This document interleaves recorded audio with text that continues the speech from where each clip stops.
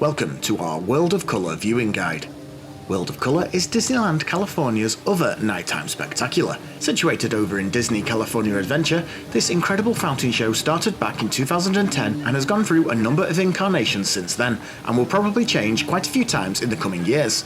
But the quintessential elements are always the same. Colourful, towering water effects set to an amazing Disney score with huge water projection screen adding the essential Disney animation effects.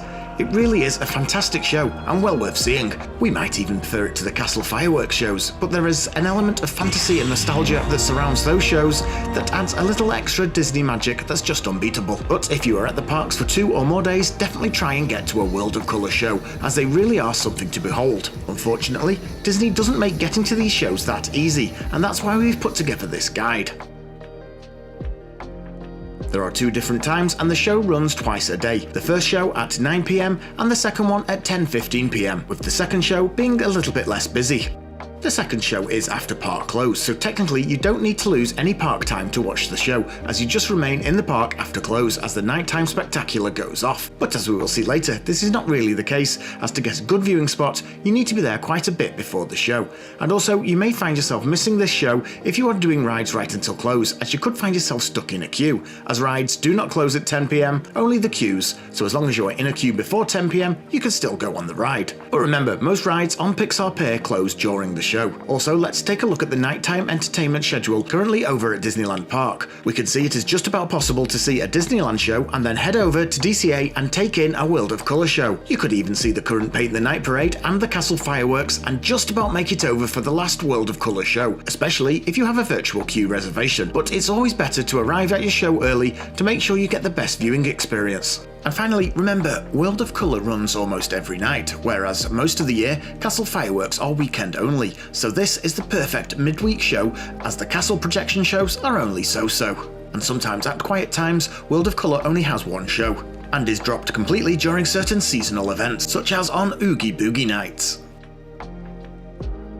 As we said, Disney doesn't make this as easy as you would imagine, and you can't just walk up and view the show. Well, at least not always. Instead, the show uses a virtual queue system. This goes live at 12 o'clock noon and gives you the chance to join the virtual queue for either the first or second show. Both go live at 12 PM, and you must have entered Disney California Adventure before that time. So it pays to be on the app at exactly 12 o'clock when the virtual queues go live. That way you get the best chance of securing yourself a virtual queue slot. If you do not get in via the virtual queue, there is still the standby line. This allows you into additional viewing areas after the virtual queue guests have entered. The virtual queue guests are going to get the best spots, and you are just left with any additional space behind them, assuming there is room to get in at all, and often you will be turned away, especially for the first show. You may be able to find a spot with view outside the official viewing area, but these are suboptimal and you may be moved along by a cast member, although they do not seem quite as regimented as the pathway wardens over in Disneyland.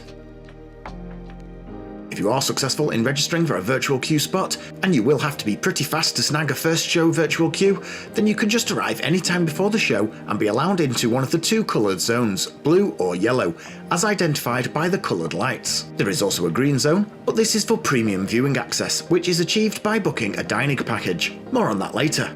Once in your coloured zone, you can transition from blue to yellow and vice versa, so do not worry about which zone you are assigned. The big issue here is, despite getting your virtual queue reservation, this only grants you access to the areas, not a specific location, so unless you arrive really early, you may still get an iffy view. There are all kinds of objects and obstructions dotted around, so that even front row views can be obscured. The Paradise Pier viewing area is nicely tiered though, so even if you're right at the back, you can get a good view, but unless you snag a spot that is unobstructed and on the rail, you're going to have a subpar view.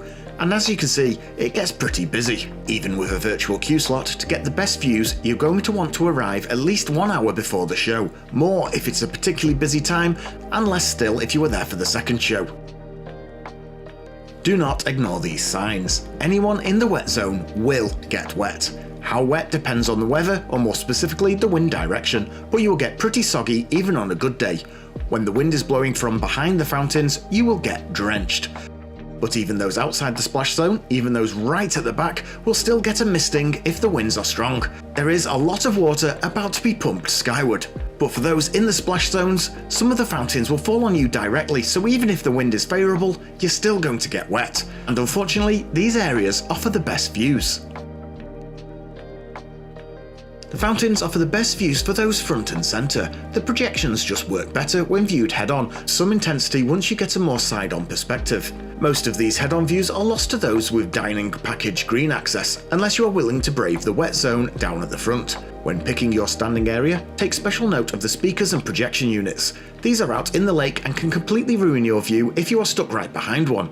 For picking a spot, we like to work as a team. Look around quickly for a spot, and once you have a decent view, one of you can stay there while the other seeks out a potentially better spot, and then move there if successful, but if not, you have your original fallback option. Too many people stop at the first OK view, and fail to realise there are better spots on offer by looking around. That's how we snagged this amazing front row spot, even though we were pretty late arriving. If you want to guarantee that you're going to get a spot, then you can always book a dining package, and this grants you access to the green premium viewing area. These dining packages are a little complicated. Unlike over in Disneyland, there is no way to book one. Instead, you simply book into any participating restaurant, currently the Storyteller's Cafe Dinner Buffet or the Wine Country Trattoria, and then request the World of Colour dining package when at the restaurant from your server. This will get you a set menu costing $69, including a sweet treat and a voucher to access the dining package green viewing area. You can also access via a special dining package at the Magic Key Terrace, assuming you are Magic Key holders. Overall, it's a good way to guarantee a good spot, but really, we don't think it's overly worth it unless you were planning to dine at one of these restaurants anyway. The virtual queue is free, and we find it a much better way of securing your spot. Dining packages just seem to take a lot of time out of your day. The dessert party is another option, and this is the only way to see the show while seated. Unlike the dining packages, this gets you a specific spot inside the viewing area where you will be seated with great views of the show while being treated to a selection of fun desserts, a charcuterie and cheese selection, and even a selection of drinks including beer, wine or seasonal cocktail. The viewing area here is right at the back, but it's elevated above the crowd so you still get a great view, and it offers a fantastic overview of the whole show. This offers a nice kind of dialed out perspective. When you are up front, the various elements are a bit in your face and it's easy to miss stuff. Here you get to see the whole thing from a nice distance. It's really important to check in early for your dessert party though, as the tables are first come, first served, with the best being the high tops right at the back. But once checked in, you don't need to hang around and can carry on with your day. We have more details of this in the description. We really loved the dessert party, but at $94 per person, it's not what you would call cheap. Overall, this is best for those looking for a unique experience or required to be seated during the show. Finally, onto the show. We have two full run-through videos which you can find in the description or by clicking the link above. First for World of Colour 1, taken from the dessert party perspective, and the current World of Colour Happiness, shot from right at the front. We love the World of Colour shows. The vibrance of the fountains and the amazing soundtracks really bring the Disney franchises to life, and we love the fact that they use a location and Pixar pair to highlight some of the newer Disney franchises, such as Pixar movies, Star Wars, and even the Avengers. It's a real showcase canvas and not as tied to the classic Disney as the castle shows are. Not that there is anything wrong with that, it's just great that we get both. If you have enjoyed this guide, then feel free to drop us a like, a comment, or even subscribe, as we have a heap of Disneyland content coming right up, along with tons of other content from our recent trips across the states. Thanks for watching, and remember to check out our two full run-through videos of World of Colour.